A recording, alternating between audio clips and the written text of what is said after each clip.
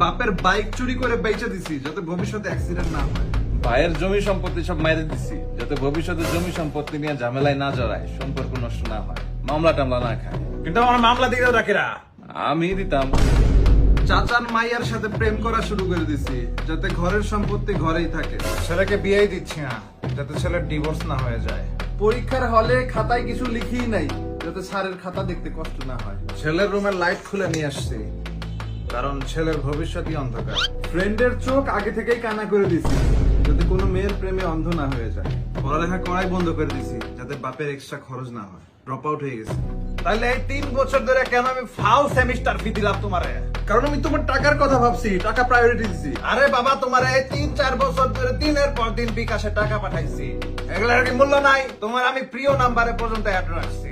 Important 5 জনের মধ্যে একজনে তোমারে বানাইছি যাতে তোমারে কোনো চার্জ ছাড়া টাকা পাঠাইতে পারি। বুঝলাম আমি তোমার প্রিয় নাম্বারে আছি। আর কে কে প্রিয় নাম্বার আছে দেখি? দুধওয়ালা, ওয়াইফাই বিল, মিস্ত্রি। দেখি তোমার প্রিয় নাম্বারে কি আছে।